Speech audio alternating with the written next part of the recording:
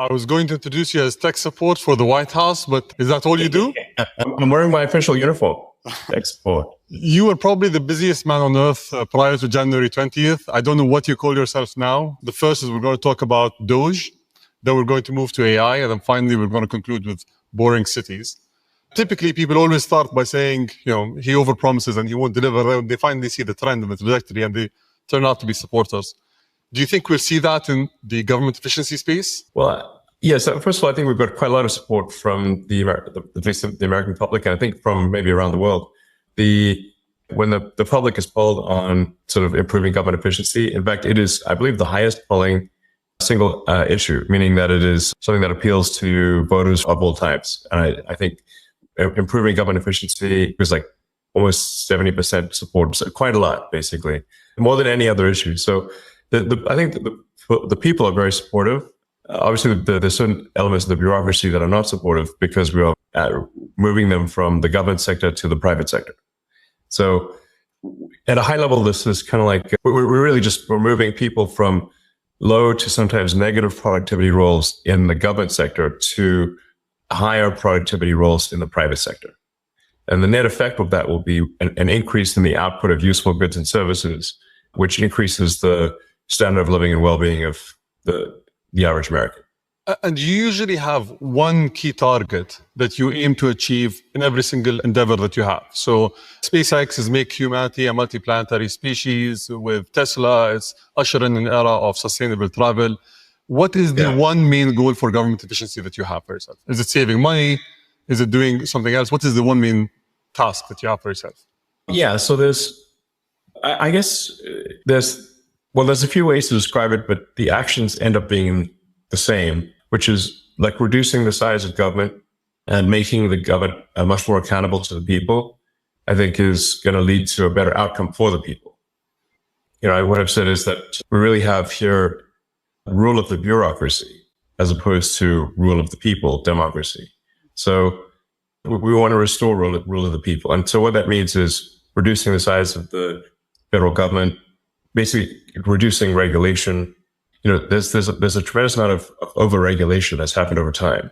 This is an inevitable consequence of a long period of prosperity, is that you're going to get more and more rules and regulations, more laws accumulate over time.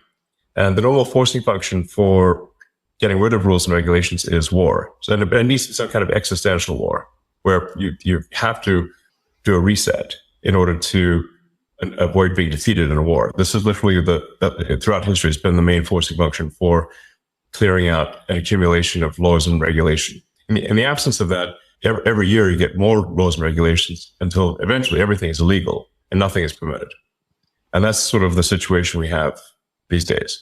So the aspiration here is a reduction in regulation and reduction in government spending such that the economy is able to grow faster. Maybe the economy can grow at 4 or 5% potentially in terms of real useful goods and services output. And then government spending can be reduced by about 3 or 4% of the economy, maybe $1 trillion or more. And the net effect of that would be no inflation from 2025 to 2026. So that would be quite remarkable. And also, if the US government is buying less debt, which I think will be the case, if the deficit drops from 2 trillion to 1 trillion, then there'll be 1 trillion less debt that the government needs to buy, which will drop, of course, interest rates to drop significantly. And that means people's mortgage payments, car payments, credit card payments, student loans, whatever debt they have, their debt payments will be less. So I think this is something that will benefit the average American. I think some of the things we're doing also will be hopefully helpful to other countries, because with the new administration, there's less interest in interfering with the affairs of other countries.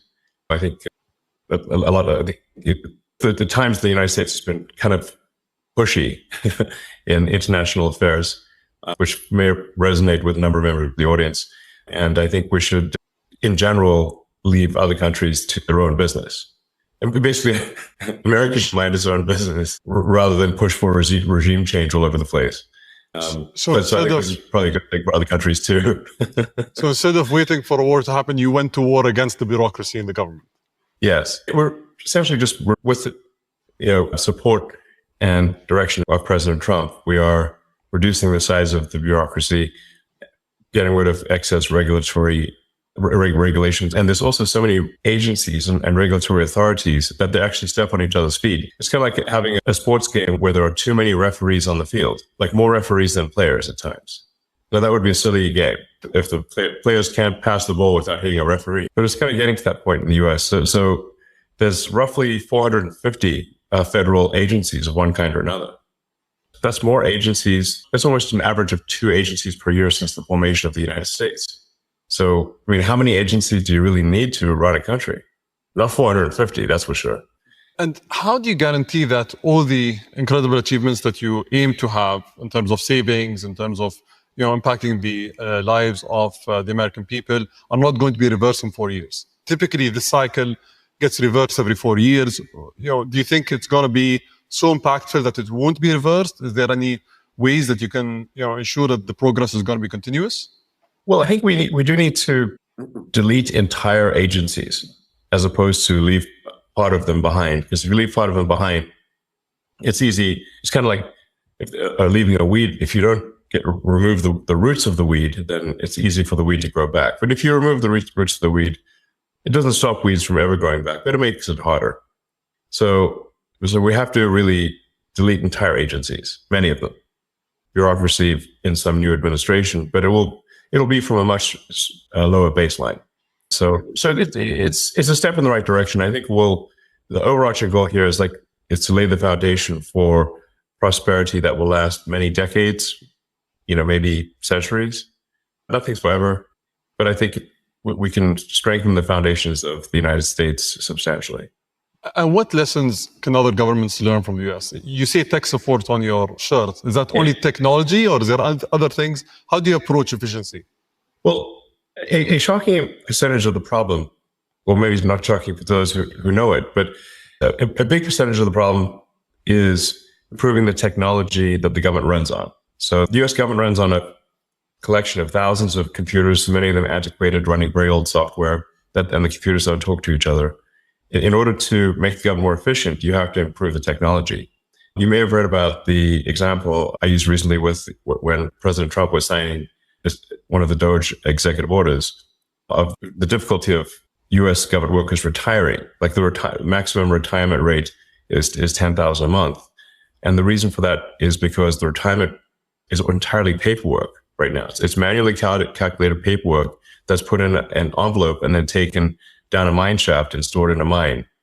And then one of the things that affects the rate at which federal workers can retire is the speed of the elevator in a mine in Pennsylvania, which is bizarre because it should be digital, So then when we said, well, why isn't it digital? They said, well, we have had a digitization program going since 2014. So then we asked, well, so how much progress have you made? And they said, B. You mean you're giving yourself a grade of B? No, we're on the letter B.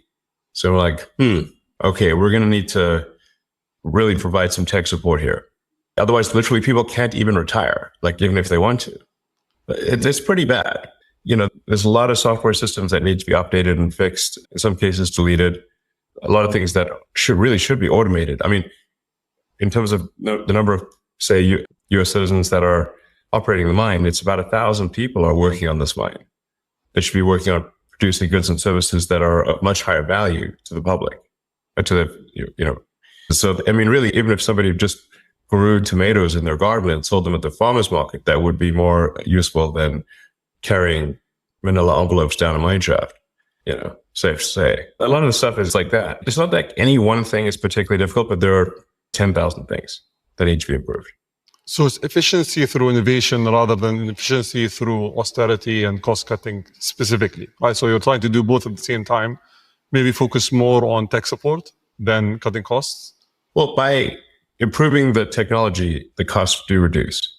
So, it's very expensive to have 1,000 people operate a mine with doing paper retirement, whereas that really should just be digitized and be a computer that's with the information stored in the cloud. And it's very straightforward and low cost. So automation, will help there a lot.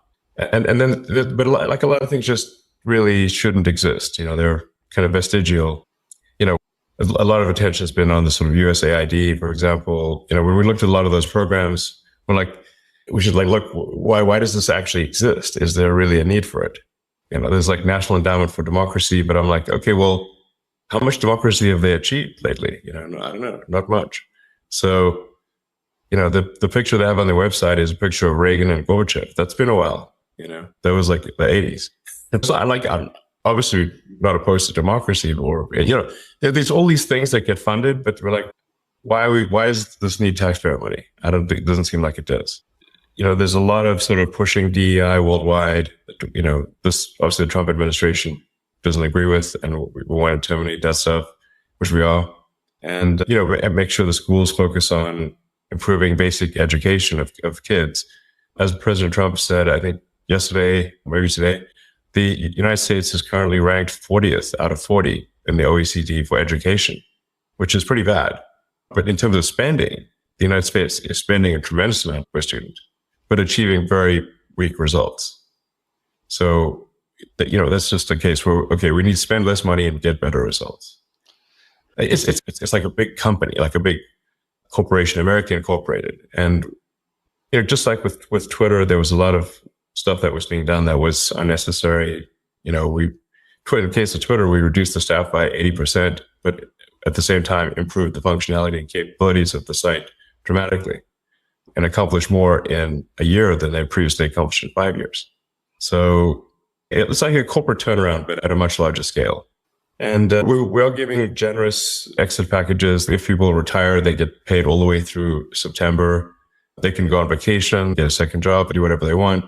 We can't actually pay them any more than through September because the congressional appropriation is only through the end of the government financial year, which ends in September. So I think there'll be like some disruption, but at the end of the day, we'll have people move from, like I said, from low to negative productivity roles in the government sector to higher productivity roles in the private sector. Can we pivot to artificial intelligence? And I'm sure you've been seeing what DeepSeek has done and all the claimed achievements that they've had. I know that we've been speaking for a while about Grok 3 and that Grok 3 is going to be a true disruptor in the AI space. When are we going to see that? And what capabilities can we expect from Grok 3? Well, I mean, Grok 3 has very, very powerful reasoning capabilities. In the tests that we've done thus far, Grok 3 is outperforming anything that's been released that we're aware of. It's, in fact, at times I think Grok 3 is kind of scary smart. You're like, wow, this thing's smart.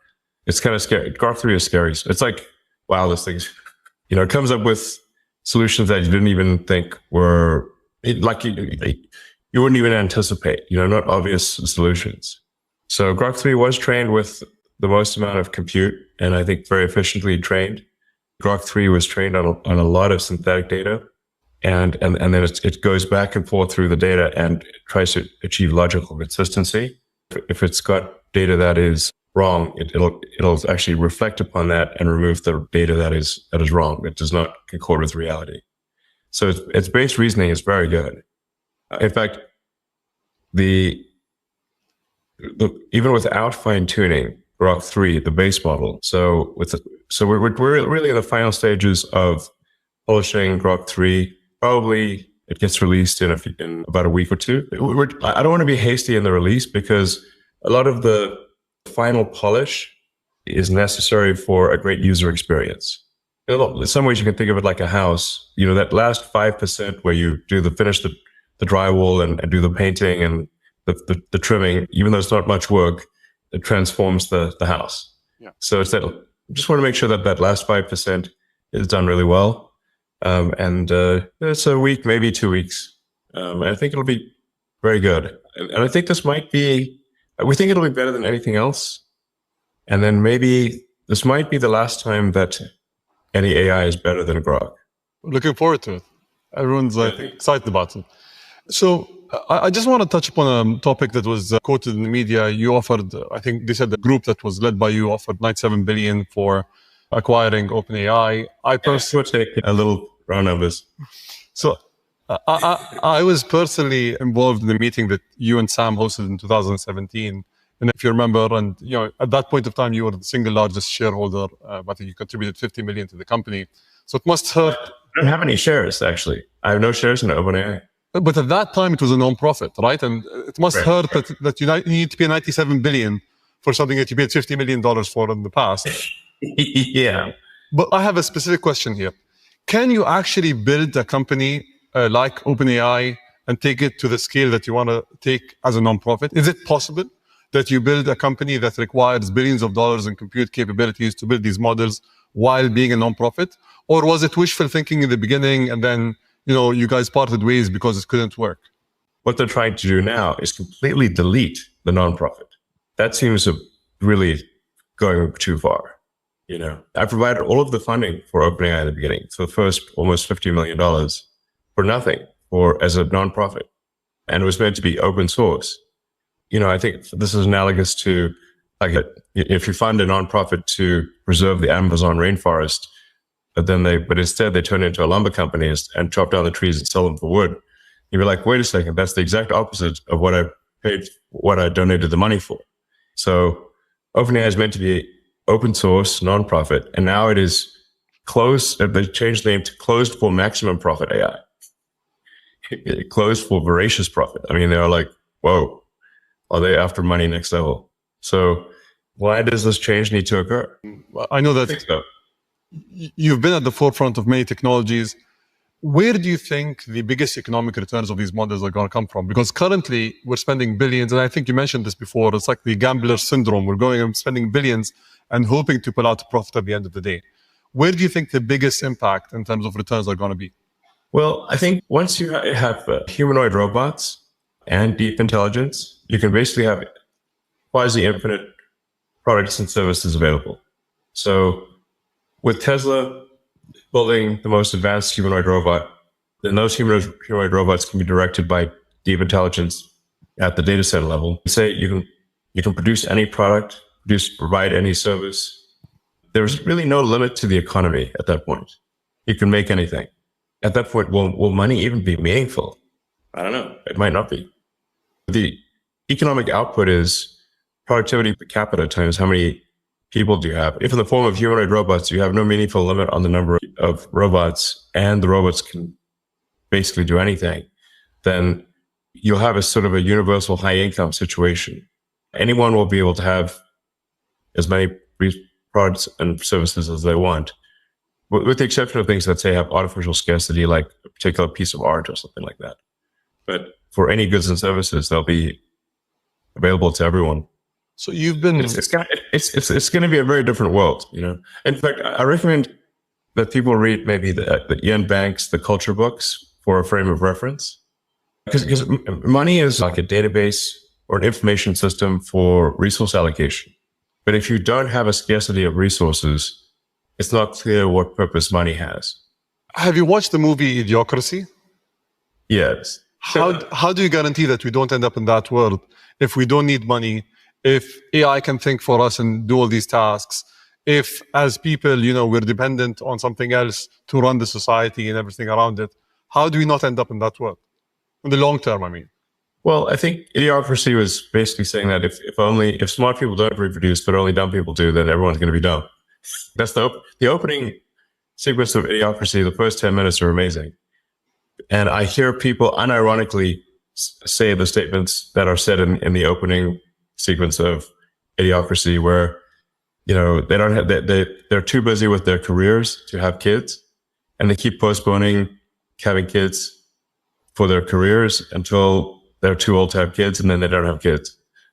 And I've heard many people be like that. So yeah, I mean, I don't know. I think we might be headed to a bimodal human intelligence distribution where there's a small number. It's kind of maybe like more like Brave New World, Aldous Huxley, where you've got sort of a small group of very smart humans, but then maybe the average intelligence drifts lower over time, potentially.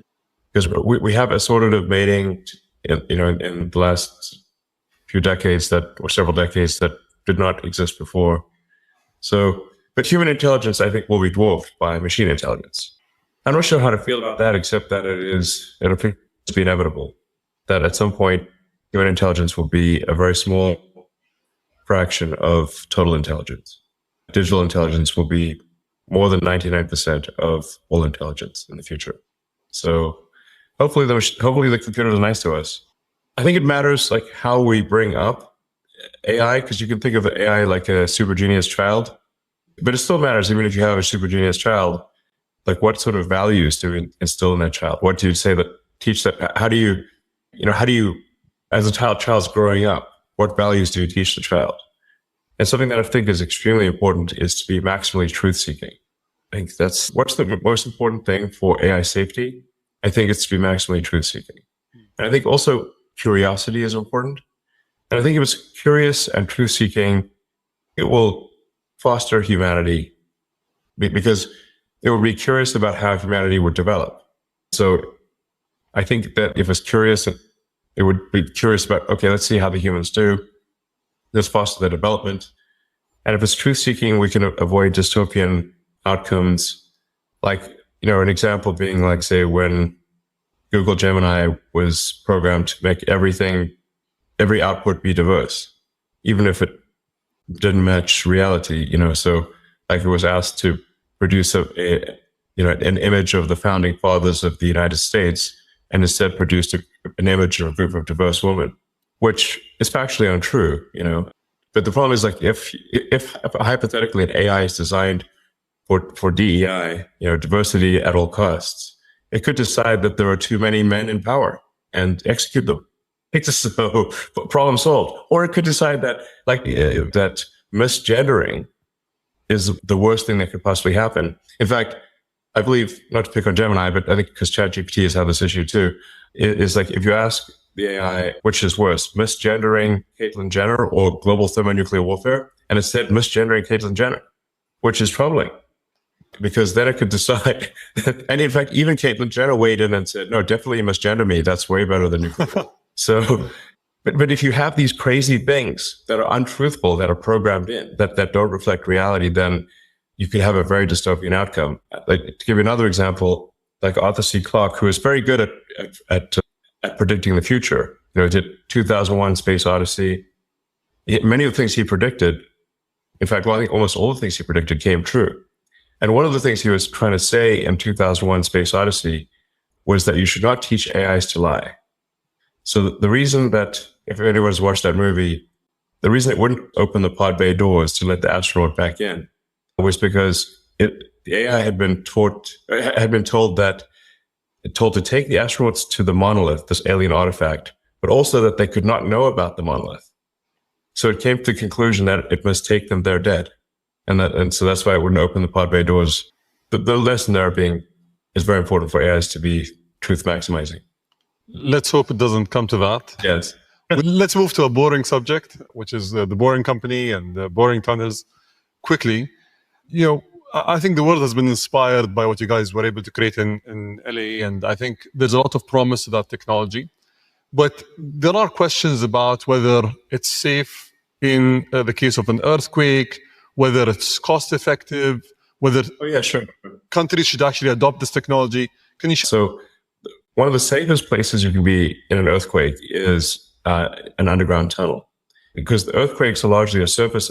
Apart from where they shear, they're mostly a surface phenomenon. So they're like the waves on the surface. So like being in a tunnel is like being in a submarine. Even if there's a storm above you, the waters are calm as a submarine.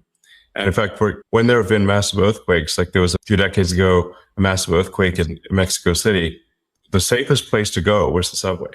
If there is global thermonuclear warfare, you really want some tunnels. Underground's a good place to be if in a worst case scenario for global thermonuclear warfare. On a more everyday note, what's really useful about the tunnels is alleviating traffic in congested areas.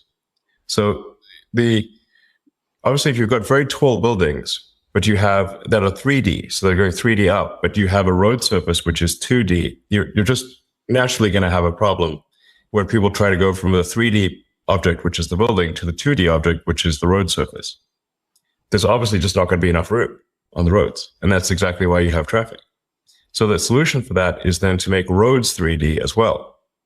Now you can either make transport 3D. So you can either do that with flying cars, or you could do, really helicopters, or you could do that with tunnels. Now the challenge with doing it with going above ground or with any kind of flying object is that they tend to be very noisy and they generate a lot of wind force. And you've got things flying over your head all the time, which can be disconcerting. If one of these things drops a hubcap on your head one day, these things are like things that flying things tend to crash once in a while, and people don't like things crashing on them. And then if you have bad weather, like let's say there's a blizzard or a sandstorm or something, well, now nobody can fly. So then transport shuts down. On the other hand, none of these problems exist with underground travel. So tunnels are immune to weather. They don't care what the weather is. It could be the worst weather. It doesn't matter. Nothing's going to fall on you because you're underground. There's no wind force and it's very quiet. I think going 3D underground is much better than 3D above ground for solving traffic in cities. We have a demonstrated case of this in Las Vegas. People can try out the Boring Company tunnels in Las Vegas. We're busy connecting the whole city with all of the big hotels and the convention center and the airport and everything. So I don't think they need to fly all the way there. In 2017, you came here and the UAE was the first place in the Middle East where Tesla was launched. And I think it's done exceptionally well. And on that note, I think we have an announcement today that we both want to share, which is today we're going to announce the joint project of Dubai Loop, which is a loop project that is going to cover Dubai's most densely populated areas for people to go from point to point in a seamless manner. So thank you for your partnership. And well, thank you. We hope it changes people's lives. That'll be cool.